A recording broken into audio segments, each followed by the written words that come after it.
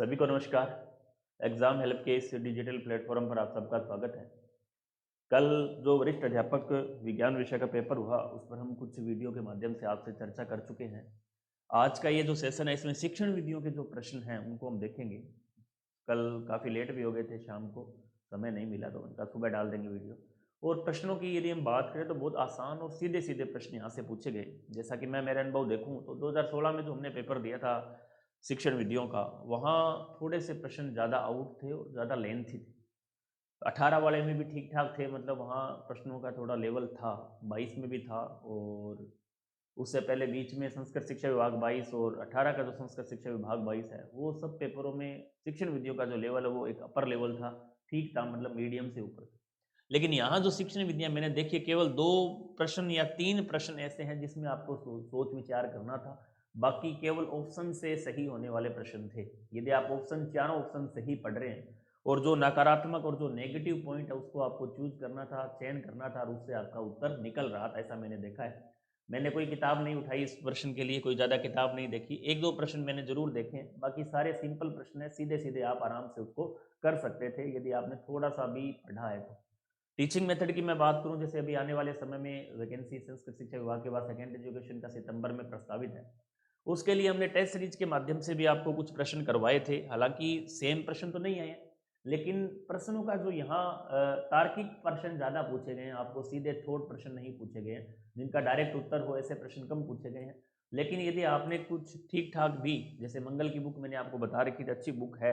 कुल मिला के आप एक बार ऐसे प्रश्नों को कर सकते हैं। हालाँकि 2-3 प्रश्न आउट ऑफ कवरेज हैं, आउट ऑफ सिलेबस तो नहीं कह सकते, out of coverage, out of books हैं, जो हमेशा हर एक पेपर में आते हैं 1-2 प्रश्न। तो हम इस पर देखते हैं कि किस प्रकार से टीचिंग मेथड अपने आप में एक बड़ा योगदान देता है सेकंड ईयर साइंस के अंदर, क्योंकि 20 प्रश्न हैं और लगभग मुझे आइडिया है कि जो अच्छे विद्यार्थी हैं जिन्होंने रेगुलर तैयारी की है, 17 प्रश्न इसमें आराम से सही कर सकते हैं। तो हम देखते हैं प्रश्नों का लेवल किस प्रकार का है और कौन सा प्रश्न। अब देखो पहला प्रश्न, पहला जो प्रश्न है, देखें पहला प्रश्न क्या कह रहा है। व्याख्यान सह प्रदर्शन विधि का मुख्य उद्देश्य, मतलब व्याख्या विधि की बात कर रहा है। व्याख्यान सह प्रदर्शन लेक्चर कम व्याख्यान जो विधि है उसकी मुख्य रूप से बात कर रहा है। क्या मुख्य उद्देश्य है? कोई व्यावसायिक उदाहरण दिखाए बिना विस्तृत व्याख्यान प्रदान करना, जानकारी देना व संवाद को प्रेषित करना, प्रदर्शन के उपयोग द्वारा संवर्धित व्याख्यान देना, वास्तविक उदाहरणों की अपेक्षा सैद्धांतिक पर अधिक जोर देना। अब देखो, अब व्याख्यान विधि जो है, कोई भी व्यवहारिक उदाहरण दिखाए बिना विस्तृत व्याख्यान प्रदान करना, मुख्य उद्देश्य ये नहीं है, बिल्कुल नहीं है। बिना किसी उदाहरण के आप कोई व्याख्या नहीं दे सकते। जानकारी देना व संवाद को प्रेषित करना, ये भी बात बिल्कुल गलत है। प्रदर्शन के उपयोग द्वारा संवर्धित व्याख्यान देना, प्रदर्शन के उपयोग द्वारा संवर्धित व्याख्यान देना, ये बात इसके लिए बिल्कुल उचित है, बिल्कुल सही है। वास्तविक उदाहरणों की अपेक्षा सैद्धांतिक पर अधिक जोर देना, ये बात भी बिल्कुल गलत है। ऐसा प्रश्न यदि आपसे पूछा जाता है तो बहुत आसान और साधारण प्रश्न था कि व्याख्यान सह विधि जो है उसमें आप प्रदर्शन के उपयोग द्वारा संवर्धित व्याख्यान देना, ये चीज इन चारों पॉइंट्स में ज्यादा महत्वपूर्ण है। उचित इसका जो उत्तर है ये है, और ये सकारात्मक उत्तर भी है। अगला प्रश्न है, मूल्यांकन के संदर्भ में ब्लूप्रिंट क्या है? ऐसा प्रश्न हमने एग्जाम में आपको दिया भी था, लेकिन ब्लूप्रिंट है क्या वास्तव में? जब आप देखो, अभी आपने ब्लूप्रिंट का मतलब है कि जब बोर्ड एग्जाम्स होते हैं उनसे पहले या नॉर्मल एग्जाम से पहले एक रेशियो निकाला जाता है कि ये प्रश्न आपका, इतने प्रश्न आएंगे, इतने छोटे प्रश्न आएंगे, इतने ऑब्जेक्टिव आएंगे, इतने सब्जेक्टिव आएंगे, इतने निबंधात्मक आएंगे, कौन सा प्रश्न कितने नंबर का रहेगा, क्या वेटेज रहेगा, छोटे प्रश्न किस प्रकार के होंगे। तो इसका एक सारणी तैयार की जाती है, ब्लू पेपर का तैयार किया जाता है। उस ब्लू को ही मूल्यांकन के संदर्भ में काम में लिया जाता है। ब्लूप्रिंट होता क्या है, तो हम इसमें देखेंगे। परिभाषा मुख्य रूप से दी गई है, तो इसमें यदि हम देखें, विद्यार्थियों की परीक्षा के लिए ग्रेडिंग का तरीका है। बिल्कुल गलत बात है, ग्रेडिंग का तरीका नहीं, इससे कोई ग्रेडिंग नहीं मिलती है।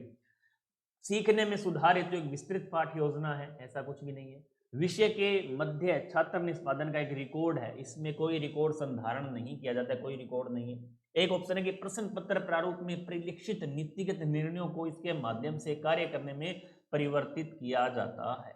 ये उत्तर इसके लिए बिल्कुल करेक्ट है, सही है। कि आप जब इसका जो मुख्य उद्देश्य पूछा गया है कि मूल्यांकन के संदर्भ में ब्लूप्रिंट है क्या, तो इसमें तीनों जो ऑप्शन है इनमें से ये ऑप्शन ज्यादा उचित और ज्यादा सही है। बाकी तो बिल्कुल ही गलत है। उत्तर नंबर 2 इसका बिल्कुल सही होगा 132 का। निम्नलिखित में से कौन सी राष्ट्रीय पाठ्य चर्चा रूपरेखा 2005 की दिशा में निर्देश में शामिल नहीं? इसमें केवल आपको नेगेटिव पॉइंट देखना था। 2005 की जो शिक्षा है निर्देश शामिल नहीं है। आप सिंपल से प्रश्न देखते, रटने के तरीकों से सीखने को दूर करना, बिल्कुल सही है बात। रटना नहीं, इसमें सीखने पर जोर दिया जाएगा। ज्ञान परीक्षाओं को अधिक कठोर कक्षा कक्ष शिक्षण पर आधारित करना, बात बिल्कुल गलत है। कभी भी कोई भी शिक्षा नीति आएगी या कोई भी योजना जो आएगी, ऐसा कभी नहीं किएगी कि कठोर और कक्षा शिक्षण पर आधारित हो, ऐसा बिल्कुल नहीं कहा जाएगा। बिल्कुल स्पष्ट था, सही उत्तर है। ज्ञान को विद्यालय के बाहर के जीवन से जोड़ना, बिल्कुल सही बात है। बच्चों के समग्र विकास के लिए पाठ्यक्रम को समृद्ध करना, बिल्कुल सही। इसका उत्तर नंबर 2 आपका सही आंसर होगा। अध्यापक स्वयं या विद्यार्थियों की सहायता से वास्तविक वस्तुओं के प्रतिरूपों व प्रदर्शन वस्तु को निर्मित करता है, जो कहलाते हैं सर्वे उपकरण कहलाते हैं, आसुरचित उपकरण कहलाते हैं, सर्वे दृश्य साधन कहलाते हैं, दृश्य उपकरण। बहुत आसान सा प्रश्न था, थोड़ा सा नया बिल्कुल था, क्योंकि ऐसा अध्यापक स्वयं या विद्यार्थियों की सहायता से, या तो विद्यार्थी स्वयं निर्माण कर सकते हैं, अध्यापक स्वयं कर सकते हैं, दोनों मिलकर कर सकते हैं। ऐसा कच्चा माल, पर्यावरण से संबंधित कच्चा माल जो हमारे पर्यावरण के आसपास हो, उससे कोई नई चीज, नई वस्तु का निर्माण करना आपका किस में आता है? आसुरचित में आता है। आसुरचित का जो अंग्रेजी टर्म आप थोड़ा सा देखते तो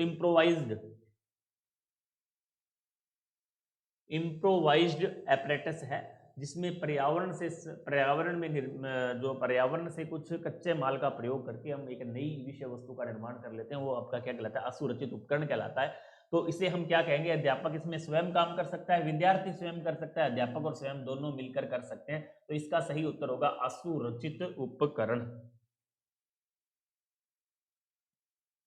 निम्न में से कौन सा एक आदर्श पाठ योजना का उद्देश्य नहीं है? निम्न में से कौन सा एक आदर्श पाठ योजना का उद्देश्य नहीं है? तो इसमें हम देखें, मूल्यांकन के सभी उद्देश्यों की संप्राप्ति की जांच करना, बिल्कुल है।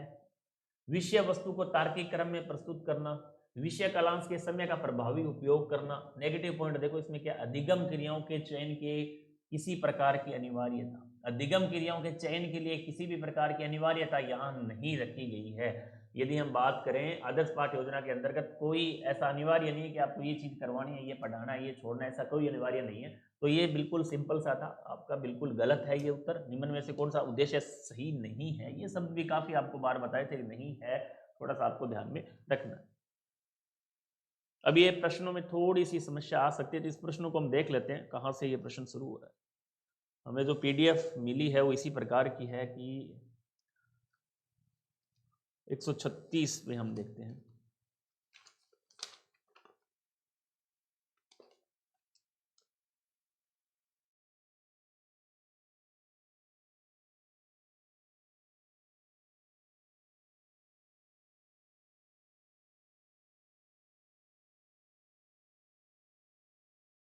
ये 135 के बाद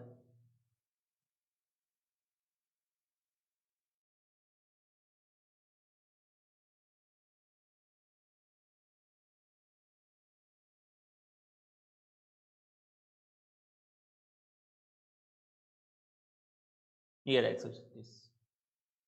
136 कह रहा है कि निम्नलिखित में से कौन सा कारक रचनात्मक उपागम के लिए आवश्यक है? तो इसमें देखो, यदि हम ऑप्शन की हम बात करें, विद्यार्थियों को सीखने के प्रति आत्म नियंत्रक एवं आत्म जागरूक होना, शिक्षक को मुख्य रूप से सुविधा प्रदाता चाहिए न कि अनुदेशक। बिल्कुल दोनों बात सही लग रही है कि विद्यार्थियों को सीखने के प्रति आत्म नियंत्रक और आत्म जागरूक होना चाहिए, और शिक्षक को मुख्य रूप से सुविधा प्रदाता के रूप में काम होना चाहिए, वो जो एक तरह से इंस्ट्रक्टर के रूप में काम करता है। नीचे दिए गए कोड का सही उपयोग करना है। तो इसका उत्तर ए और बी, आपका दोनों उत्तर इसके सही होंगे, ए और बी। इसका यदि हम उत्तर देखें तो आपका ए और बी दोनों उत्तर आपके क्या होंगे? सही होंगे। 3 नंबर भी दिया हुआ, ए और बी दोनों सही होंगे। अगला है, विज्ञान शिक्षण के अधिगम उद्देश्यों को निम्नलिखित में से किस पर ध्यान देना चाहिए? तो विज्ञान शिक्षण के अधिगम उद्देश्यों, जो अधिक से अधिक अधिगम उद्देश्य हम प्राप्त कर सकें, इसके लिए निम्न में से किस पर ध्यान देना चाहिए? कौन से अधिगम संसाधन उपलब्ध है?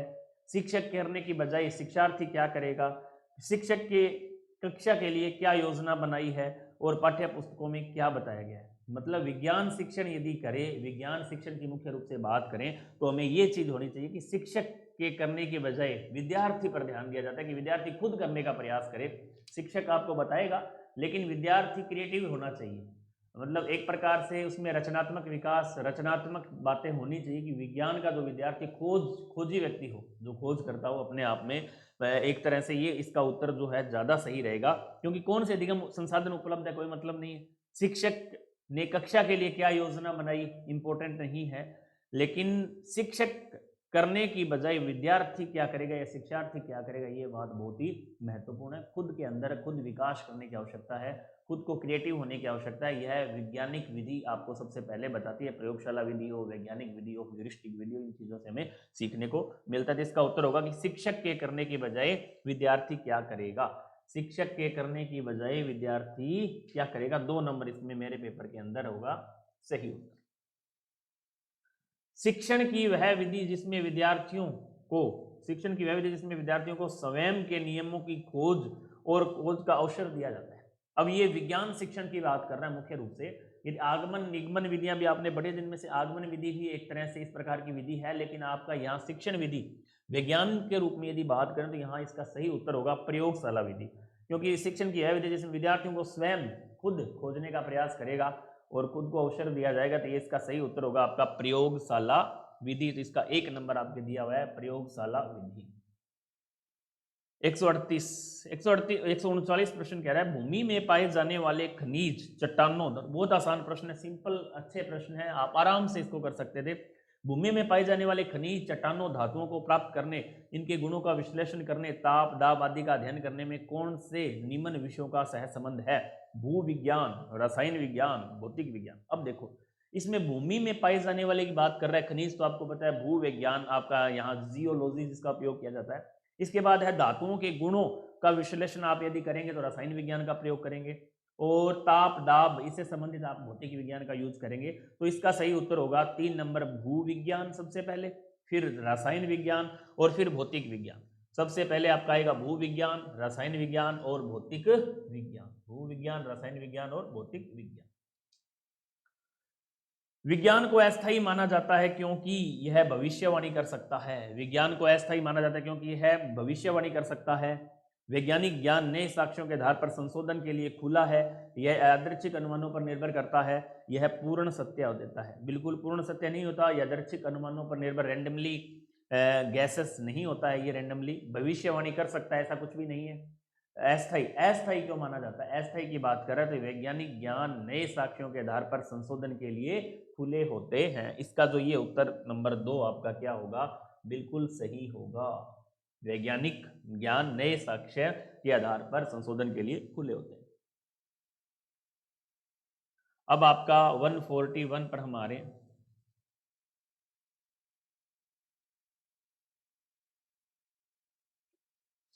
मार्सरीज जो मॉडल है, मार्सरीज जो मॉडल था, अब इसमें थोड़ा पहले और भी है। हाँ, मर्सरीज मॉडल, मर्सरीज एक गाड़ी है वो नहीं, मर्सरीज मॉडल या गेला घर, जिसे GLA घर भी कहा जाता है, विज्ञान के शिक्षण एवं सीखने के 3 पहलुओं पर जोर देता है। इनमें से कौन सा एक लागू नहीं है। एक विशेष प्रकार का मॉडल था मर्सरीज मॉडल जिसको कहा जाता है। इसमें देखो परीक्षण और मूल्यांकन होगा, बिल्कुल सही है। वैज्ञानिक का परीक्षण भी होगा, मूल्यांकन भी होगा, समझ पैदा की जाएगी, बिल्कुल सही है, विज्ञान से संबंधित है। अनुप्रयोग या प्रयोग का पता लगाया जाएगा। तो इसका सीधा सा उत्तर है कि ज्ञान के आधार पर निर्माण यहाँ नहीं होगा। ज्ञान का जो आधार है उस पर किसी प्रकार का निर्माण नहीं किया जाएगा। ज्ञान के आधार से संबंधित यह मॉडल जानकारी नहीं देता है। यह मॉडल वैज्ञानिक मॉडल है और विज्ञान से संबंधित परीक्षण मूल्यांकन होंगे, समझ पैदा करने का होगा, अनुप्रयोग का पता लगाने का होगा। तो पहला उत्तर इसका बिल्कुल गलत हो जाएगा, ज्ञान के आधार पर निर्माण। निम्नलिखित में से कौन से प्रकार के परीक्षण का उद्देश्य ऐसे अंक एवं ग्रेड प्राप्त करने से है जो व्यक्तिगत कारकों को अपेक्षाकृत अप्रभावित रहता है। बहुत अच्छा प्रश्न। निम्नलिखित में से कौन से प्रकार के परीक्षण का उद्देश्य ऐसे अंक ग्रेड प्राप्त करना जो व्यक्ति परक यूनिफ्लूज द सब्जेक्टिव फैक्टर अप्रभावित रहता है। जब आप बात करेंगे, आपको निबंधात्मक प्रश्न दिए जाएं तो उसमें कहीं ना कहीं भेदभाव, आपका पक्षपात हो सकता है, मतलब सही उत्तर उसका नहीं होगा। जैसे एक बच्चे ने निबंधात्मक प्रश्न लिखा, दूसरे बच्चे ने लिखा, तीसरे ने लिखा, तो वहाँ कहीं ना कहीं गड़बड़ हो सकती है। निबंधात्मक में वो वैधता नहीं आती है।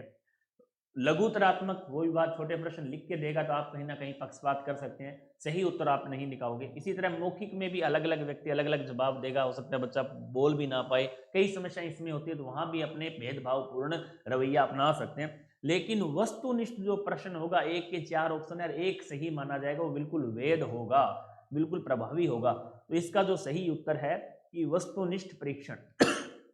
निम्नलिखित में से कौन से प्रकार के परीक्षण का उद्देश्य ऐसे अंक एवं ग्रेड प्राप्त करना है जो व्यक्ति पर कारकों से अपेक्षाकृत अप्रभावित रहता है। ये बिल्कुल अप्रभावित रहेगा, इसमें किसी भी प्रकार का प्रभाव व्यक्तिगत रूप से, सामाजिक रूप से किसी भी प्रकार का प्रभाव नहीं पड़ेगा, जो उत्तर आएगा वो बिल्कुल करेक्ट होगा। इसलिए आजकल बोर्ड एग्जाम के अंदर भी आपने देखा होगा, दोबारा नई शिक्षा नीति के अंदर के जो ऑब्जेक्टिव टाइप के जो प्रश्न है वो दिए जाते हैं, वो ज्यादा प्रभावी रहते हैं। जैसे आरएस वगैरह का आप पेपर देते हो तो वहाँ ऑब्जेक्टिव हो तो वो ज़्यादा थोड़ा सा रहता है, क्योंकि बहुत से बच्चे ऐसे होते हैं जो होशियार हैं, सही भी हैं, लेकिन उनका जो लिखने का तरीका है वो एग्जामिनर किस प्रकार से पहचान करता है, उसकी तो वहाँ दिक्कत आ जाती है। जो ऑब्जेक्टिव वो तो हम करेक्ट कर सकते हैं, जैसे ये परीक्षा हमारी ऑब्जेक्टिव है तो इसमें जो उत्तर सही है वो बिल्कुल सही है, इसमें किसी प्रकार का भेदभाव नहीं होगा। तो इसका जो सही उत्तर होगा वो होगा वस्तुनिष्ठ परीक्षण। वस्तुनिष्ठ परीक्षण उत्तर नंबर आपका होगा 3, वस्तुनिष्ठ परीक्षण। यदि हम देखें तो ये रहा 4 नंबर ऑप्शन पे है वस्तुनिष्ठ परीक्षण, 4 नंबर ऑप्शन आपका बिल्कुल सही होगा 42। अगला है, निम्न में से कौन सा प्राथमिक घटक शिक्षा क्रम के चयन एवं संगठन को प्रभावित करता है। अब ये शब्द आप थोड़ा सा समझ जाते तो शायद ये प्रश्न आपका सही भी होता था। यहाँ शिक्षा क्रम लिखा, इसमें आपको जरूर प्रभाव, शिक्षा क्रम का इंग्लिश में बोलते हैं करिकुलम, पाठ्यक्रम, इसका सही उत्तर है करिकुलम के चयन व संगठन को प्रभावित करता है। मूल्य देखो, हालांकि प्रभावित तो सभी करते हैं, मूल्यांकन भी करता है, शिक्षक भी करता है, निर्देशन व परामर्श, पर्यवेक्षण और प्रशासन। अब यहां जो ज्यादा सही उत्तर है इसमें पर्यवेक्षण, सुपरविजन और एडमिनिस्ट्रेशन, प्रशासन शिक्षण के चयन और संगठन को, मतलब जो पाठ्यक्रम है उसके चयन और संगठन को प्रभावित करते हैं। क्या? प्रशासन और पर्यवेक्षण। प्रशासन और पर्यवेक्षण, सीधा सा उत्तर था इसका प्रशासन और पर्यवेक्षण। पर्यवेक्षण, यदि आप इसको इंग्लिश में बोलें तो प्रशासन, एडमिनिस्ट्रेशन, और इसका होगा सुपरविजन। तो 4 नंबर उत्तर इसका बिल्कुल राइट। विज्ञान शिक्षण के, अगला 144 नंबर प्रश्न, विज्ञान शिक्षण के प्राप्त उद्देश्यों के निर्धारण हेतु आवश्यक कथन है। मनोवैज्ञानिक सिद्धांत पर आधारित है, कक्षागत शिक्षण पर है, विद्यालय कार्यक्रम पर है, समस्त विषयों पर है। ऐसा प्रश्न जब भी आए आप सबको पता है कि विज्ञान शिक्षण के उद्देश्यों का निर्धारण आप सबको पता है मनोवैज्ञानिक तरीकों से किया जाता है, इसमें कोई किसी प्रकार का डाउट नहीं होना चाहिए था आपको। तो उत्तर नंबर 1 इसका सही है, 144 में उत्तर नंबर 1 मनोवैज्ञानिक शिक्षण।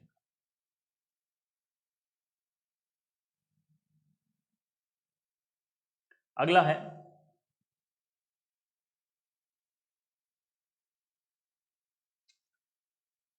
निम्न में से कौन सी विज्ञान प्रयोगशाला की भूमिका नहीं है। निम्न में से कौन सी विज्ञान प्रयोगशाला की भूमिका नहीं है। आप 145 नंबर प्रश्न यदि देखेंगे तो यहां आप पाएंगे निम्न में से कौन सी वैज्ञानिक, निम्नलिखित में से कौन सी विज्ञान प्रयोगशाला की प्रमुख भूमिका नहीं है। तो इसका ऑप्शन नंबर 1 जो क्या रहा है, विज्ञान की प्रशंसा प्राप्त करना। ये प्रश्न बिल्कुल डाउट में है, ये ऑप्शन यदि देखें। अगला, कक्षागत शिक्षण आधारित होगा, विद्यालय कार्यक्रम आधारित होगा, समस्त विषयों पर आधारित होगा विज्ञान शिक्षण, लेकिन मनोविज्ञान विज्ञान की जो प्रशंसा, सॉरी, निम्नलिखित में से कौन सी विज्ञान प्रयोगशाला की भूमिका नहीं है। दुनिया के बारे में जिज्ञासा को जागृत करना, विज्ञान के प्रक्रिया कौशलों का विकास करना, वे जितने वैज्ञानिक तथ्यों को याद कर सकते हैं उनकी संख्या बढ़ाना, ये बिल्कुल सही है। दुनिया के बारे में जिज्ञासा जागृत करेगी विज्ञान प्रयोगशाला, विज्ञान के प्राकृतिक कौशलों का विकास होगा, वे जितने साक्ष्यों के संबंधित याद कर सकते हैं, तो ये भी सही है। इसमें विज्ञान की प्रशंसा प्राप्त करना, ये नेगेटिव पॉइंट है इसका, विज्ञान की प्रशंसा प्राप्त करना। 145 का 1 नंबर उत्तर आपका सही होगा। बहुत आसान सीधे प्रश्न है, यहाँ आपको किसी भी प्रकार की डाउट नहीं होना चाहिए, बहुत आसान, आप सीधे सिंपल तरीके से भी कर सकते हैं। लगभग थोड़ा सा भी आप यहाँ दिमाग लगाते तो शायद ये प्रश्न हो जाते, क्योंकि इतने से प्रश्न है भी नहीं। अगला है, निम्नलिखित में से कौन सी विज्ञान प्रयोगशाला की भूमिका नहीं है। ये हो गया। 146 पर हम बात करें, विद्यालयों में पाठ्य चर्चा संबंधित गतिविधियां क्यों आयोजित की जानी चाहिए। एनसीएफ 2005 से संबंधित है कि विद्यालय में पाठ्य चर्चा संबंधित गतिविधियां, तो इसमें हम देखें कि यह शुल्क संग्रहण के लिए औचित्य में सहायता करता है। बिल्कुल गलत बात है, किसी भी ऐसा हमारा देखो, पाठ्य सहचर्या विधेयक, पाठ्य चर्चा संबंधित गतिविधियां मतलब सब स्कूल के अंदर आपने देखा होगा पाठ्यक्रम हमारा चल रहा है, उसके साथ साथ हम गवर्नमेंट स्कूल में, प्राइवेट स्कूल में बच्चों से बीच में सह पाठ्य क्रियाएं करवाते हैं। जैसे विद्यालय की आज हम सफाई करेंगे तो यह सह पाठ्यचर्या क्रिया है। आज हम टंकी साफ करेंगे विद्यालय की, सह पाठ्यचर्या क्रिया है। आज हम कमरों की सफाई करेंगे, पंखे साफ करेंगे, ये चीजें बहुत जरूरी है सह पाठ्य, क्योंकि बच्चा यदि 8 घंटे क्लास के अंदर पूरा पढ़ेगा तो वो उतना कुछ सीख नहीं पाएगा जितना उसको एक आधा घंटा खेलने में भी यूज कर सकते हैं। ऐसा नहीं है कि काम ही करवा हुआ, विद्यालय में खेल भी करवा सकते हैं घंटा आधा घंटा। तो ये पाठ्य सह की विधियां हैं। तो ये कह रहा है कि ये शुल्क संग्रहण के लिए औचित्य में शुल्क संग्रहण से कोई लेना देना नहीं है, बिल्कुल गलत, नेगेटिव पॉइंट है, गलत है। ये संस्था को प्रसिद्धि पाने में सहायता करते हैं, ये भी बात, कोई संस्था प्रसिद्धि इससे नहीं मिलेगी, ये भी बिल्कुल गलत है। यह बालक के सर्वांगीण विकास में सहायता करता है, अच्छी बात है, अच्छा पॉइंट है। यह बालकों के अध्ययन में रुचि विकसित करता है, तो सी और डी इसका बिल्कुल सही उत्तर होगा। यदि आप सी और डी आप इसका क्या मानेंगे, सही उत्तर मानेंगे। निम्नलिखित में से कौन सा समस्या विधि के उद्देश्यों का सबसे अच्छा वर्णन करता है? निम्न में से कौन समस्या समाधान विधि के उद्देश्यों का सबसे अच्छा वर्णन करता है? यह सैद्धांतिक अवधारणाओं पर व्यवहारिक प्रयोग को बचाए रखते हुए जोर देता है, गलत अवधारणाओं को विकसित करने वाले व्यवहारिक ज्ञान पर जोर देता है, यह सीखने को ज्यादा नीरस और अरोचक बनाता है, बिल्कुल नेगेटिव पॉइंट है। बच्चों में वैज्ञानिक समस्याओं को स्वतंत्र रूप से मारक प्रदर्शित रूप में हल करने की अनुमति देता है। समस्या समाधान विधि इंपॉर्टेंट है कि बच्चों में वैज्ञानिक समझ पैदा करती है। 147 का उत्तर नंबर आपका 4 होगा कि बच्चों में सामाजिक समझ उत्पन्न करता है। तो ये समझ, ऐसे प्रश्न आपको बिल्कुल देखते, यदि आप 4 ऑप्शन पढ़ते हैं इन प्रश्नों के तो आपको निश्चित रूप से ये उत्तर मिलेगा, आप इसका आप आराम से कर सकते हैं। निम्नलिखित में से कौन सा विज्ञान क्षेत्र या विज्ञान भ्रमण का शैक्षणिक लाभ नहीं है? विद्यार्थियों को व्यवहारिक अनुभव प्रदान करने में मदद करता है, बिल्कुल सही है। बच्चों के सीखने में समुदाय के साथ साझा जिम्मेदारी प्रोत्साहित होती है, बिल्कुल सही है। विज्ञान में समुदाय को अधिगमकर्ता से जोड़ती है, विज्ञान में समुदाय को अधिगमकर्ता से क्या करती है, जोड़ती है, यह भी बात बिल्कुल सही है। अगला है विज्ञान में समुदाय को अधिगम जोड़ते, 3 सही। चौथा, विद्यार्थियों को बिना शैक्षणिक लाभ के पाठों को छोड़ने की अनुमति प्रदान करती है, बात बिल्कुल गलत है। विद्यार्थियों को बिना शैक्षणिक लाभ के पाठों को छोड़ने की अनुमति प्रदान करती है, ऐसा कहीं भी नहीं लिखा हुआ है, बिल्कुल नेगेटिव पॉइंट है और बिल्कुल गलत है। 149, एक अच्छे परीक्षण की विशेषता सुनिश्चित करती है वह पूर्वाग्रह से मुक्त हो।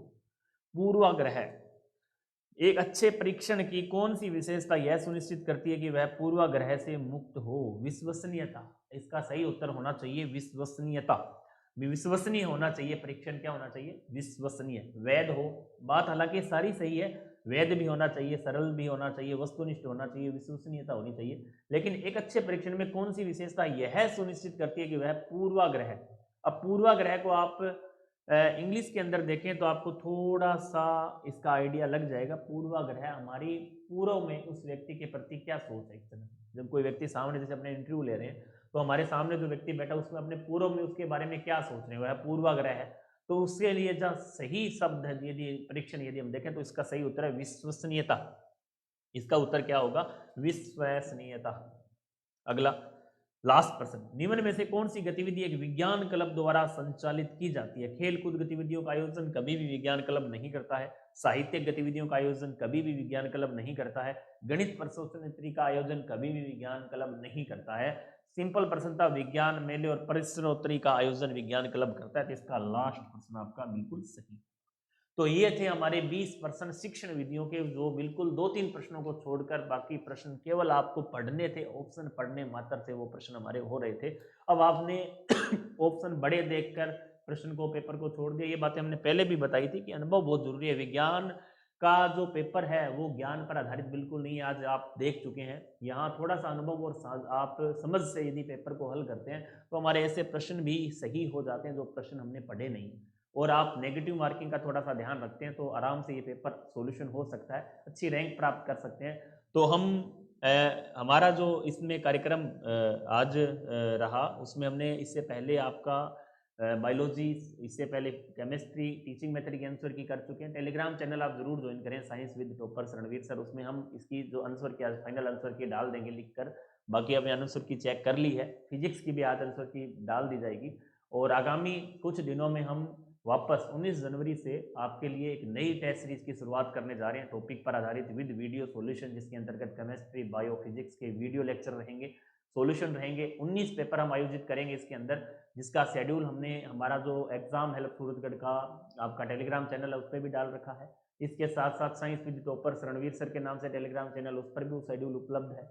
इसके साथ साथ जो एप्लीकेशन है एग्जाम हेल्प सूरतगढ़, उसमें भी वह टेस्ट सीरीज हमने लॉन्च कर दी है। 19 तारीख से आपका पहला टेस्ट रहेगा, टेस्ट होगा। प्रश्नों का सेम पैटर्न आरपीएससी के आधार पर केमिस्ट्री, फिजिक्स, बायो और टीचिंग मेथड के 150 प्रश्न प्रत्येक पेपर में पूछे जाएंगे। हर 7 दिन से आपका पेपर होगा। कोशिश करें आप ऑफलाइन मोड में से ज्वाइन करें, ऑफलाइन ऑनलाइन दोनों मोड में उपलब्ध रहेगा। पीडीएफ आपको मिलेगी, इसका शेड्यूल भी हम 1-2 दिनों में आपको अपडेट कर देंगे। और इसमें रिवीजन टेस्ट भी डालेंगे। बहुत ही शानदार शेड्यूल है, जिसके माध्यम से आप 4 महीने के अंदर बहुत शानदार 2-3 बार इस सिलेबस को अच्छे से कर पाएंगे।